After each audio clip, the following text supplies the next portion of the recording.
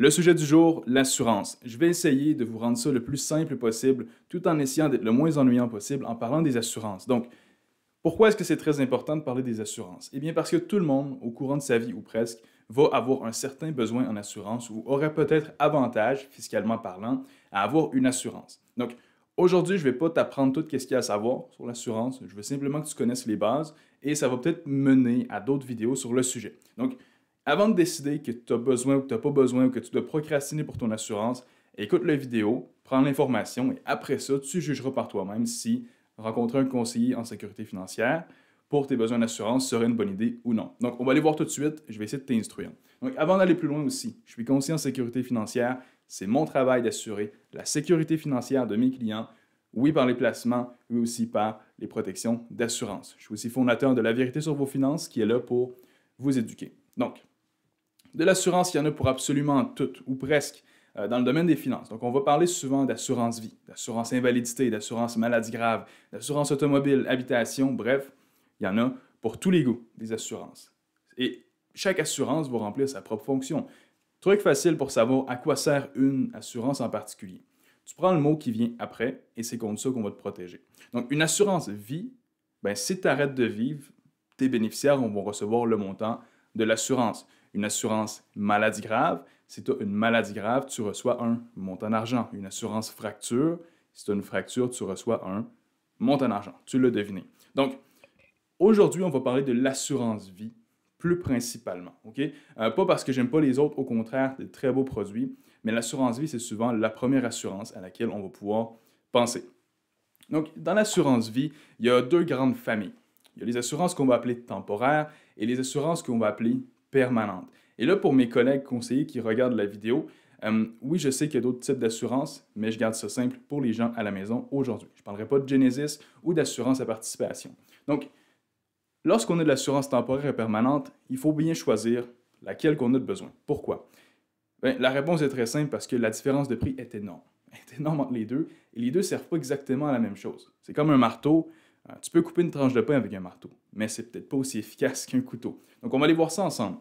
Nos deux grands besoins sont les besoins temporaires et les besoins permanents. Donc, c'est aussi simple que le mot l'explique. Mes besoins d'assurance vie temporaire peuvent être, par exemple, une hypothèque. Donc, pourquoi est-ce que j'aurais besoin d'une assurance vie pour une hypothèque? Eh bien, si je dois 300 000 sur ma maison, j'ai une maison avec ma blonde, on l'a 50-50, 150-150 d'hypothèque chacun. Si je meurs demain matin, ma blonde se ramasse avec ma balance de paiement. Est-ce qu'elle peut s'occuper des paiements et tout ça?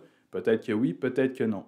Mais en tant que chum, je pourrais décider de lui léguer ma part de la maison sans hypothèque. Donc là, j'aurai un besoin d'assurance. Mais je n'aurai pas cette hypothèque-là toute ma vie. Je vais l'avoir techniquement, si je ne rachète pas ou je ne réhypothèque pas, pendant 25 ans. Donc, c'est un besoin d'assurance temporaire pendant 25 ans. Maintenant, si je veux assurer les études de mes enfants pendant que je m'occupe d'eux jusqu'à leurs 18 ans, bien, je peux prendre une assurance vie. Comme ça, si je meurs pendant que mes enfants sont à l'étude, de 0 à 25 ans par exemple, ils vont avoir de quoi pour payer leurs études, pour subvenir à leurs besoins. Donc, les enfants, ça pourrait être un autre besoin temporaire. Maintenant, si on parle des besoins plus permanents, ça, c'est des choses qui partiront jamais. Mon père m'a déjà dit une fois, Gab, dans la vie, il y a deux certitudes. On va tous mourir un jour, puis on paye tous de l'impôt. Donc, c'est deux choses contre lesquelles on peut se prévenir avec l'assurance vie permanente. Sachant que je, Gabriel Saint-Pierre, vais mourir un jour, heureusement ou malheureusement, je dois préparer, socialement parlant, responsablement parlant, mes frais funéraires. Donc, frais funéraires, bon bref, je vais couper le mot un petit peu, frais funéraires, ça va nous suivre tout le temps. Et comme mon père le souhaiterait ardemment, on ne peut pas simplement se faire enterrer derrière, dans le jardin, entre deux tomates. C'est pas comme ça que ça fonctionne. Il y a toujours le dernier rapport d'impôt à payer, des frais de notaire, des frais d'enterrement. Ça coûte cher mourir, malheureusement. Et aussi, si on a un chalet, par exemple, qu'on veut laisser, une résidence secondaire, il va peut-être y avoir des gains de capitaux au décès, des transferts qu'on va laisser à des personnes. Donc, si on ne veut pas créer de soucis financiers à nos héritiers et qu'on veut partir l'esprit tranquille, c'est une façon de le voir, une assurance permanente pour nos besoins permanents, l'impôt, les frais de décès.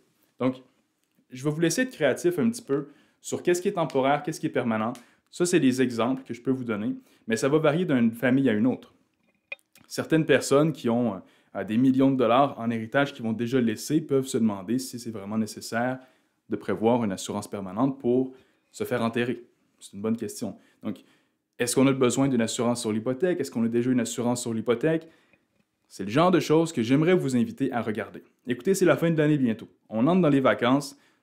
Moi aussi, j'ai hâte de déballer mon cadeau de Noël et d'en donner des cadeaux de Noël. Mais pourquoi est-ce qu'on ne se donnerait pas un petit coup de pied au cul, comme dirait ma mère, et qu'on ne mettrait pas tout en ordre tout de suite? Donc, revérifiez vos assurances actuelles, revoyez vos besoins et faites sûr que tout est en ordre avant de partir pour les films de Noël en mangeant de la bûche de Noël. On va passer un temps des fêtes encore plus facile. Parce que pourquoi? Parce que lorsqu'on va arriver en janvier, OK, de janvier à mars, personnellement, je n'ai plus de vie. On entre dans ce qu'on appelle la période REER. Et c'est terriblement sexy, fiscalement parlant. Donc, je vous le dis tout de suite, il va y avoir plein de vidéos qui vont sortir, plein de posts qui vont sortir bientôt sur comment se préparer à la période REER. Donc, je vais vous expliquer des méthodes pour sortir beaucoup plus d'argent en retour d'impôt ou payer simplement moins d'impôts à la fin de l'année.